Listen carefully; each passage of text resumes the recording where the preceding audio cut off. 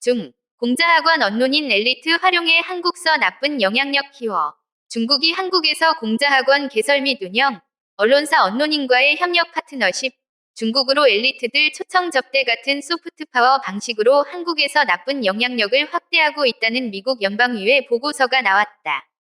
2022년 11월 22일 미국 현지 시간 마이클 맥콜 미국 연방하원의원이 보도자료를 통해 공개한 전 세계에서 중국 공산당의 악의적 영향력 추적, 디테일링 더 CCPS 글로벌 말린 인플루언스이라는 제목의 보고서이다. 마이클 맥카울 60 텍사스주 의원은 현재 미국 하원 외교위원회 하우스 포린 어페어즈 커미티 공화당 간사로 보고서 작성을 주도했다.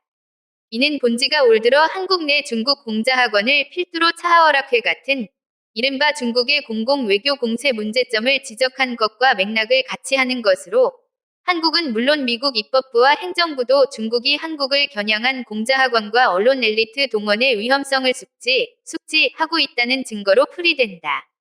한일 필리핀 등 언론인 겨냥, 각종 행사와 편의 제공. 이 보고서는 자금 대출을 빌미로 각국의 경제 정치적 영향력을 행사하는 부채함정 외교, 공자학원과 같은 문화, 예술을 통한 소프트파워, 그리고 경제 군사력을 통한 하드파워 등을 전 세계의 악의적 영향력을 확장하는 대표적인 접근 경로로 꼽았다.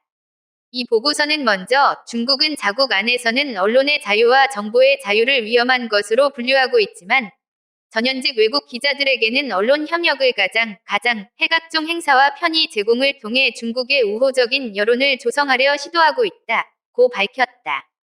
구체적으로 중국은 2002에서 2017년 동아시아 태평양 지역 언론인을 초청하는 미디어 행사를 82차례 개최했는데 그중 41%는 한국, 일본, 인도네시아, 필리핀 등 민주주의 국가에서 활동하는 언론인을 대상으로 했다고 보고서는 지적했다.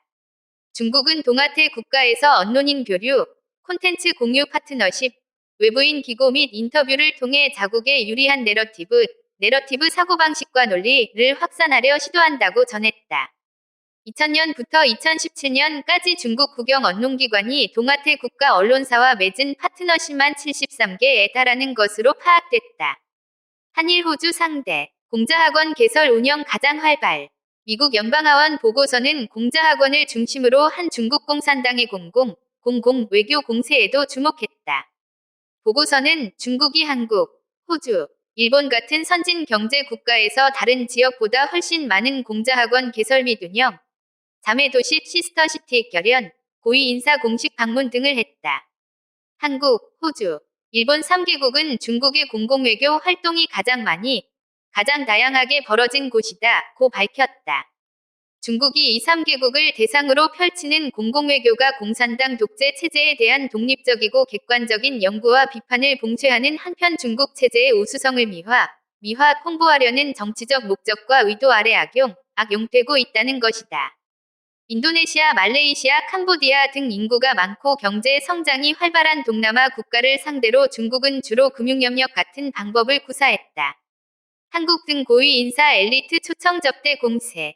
보고서는 동아시아 국가에서 언론인 학자 정책 이반자들 사이에서 중국의 공세를 국가 주권 위협으로 보는 시각이 확산하는 것을 막기 위해 중국은 2016년까지 동아시아 각국 고위 인사와 엘리트들을 초청해 접대했고 자국의 지도자들과 외교관을 홍보대사, 인포메이션 앰베서더로 활용하고 있다고 밝혔다.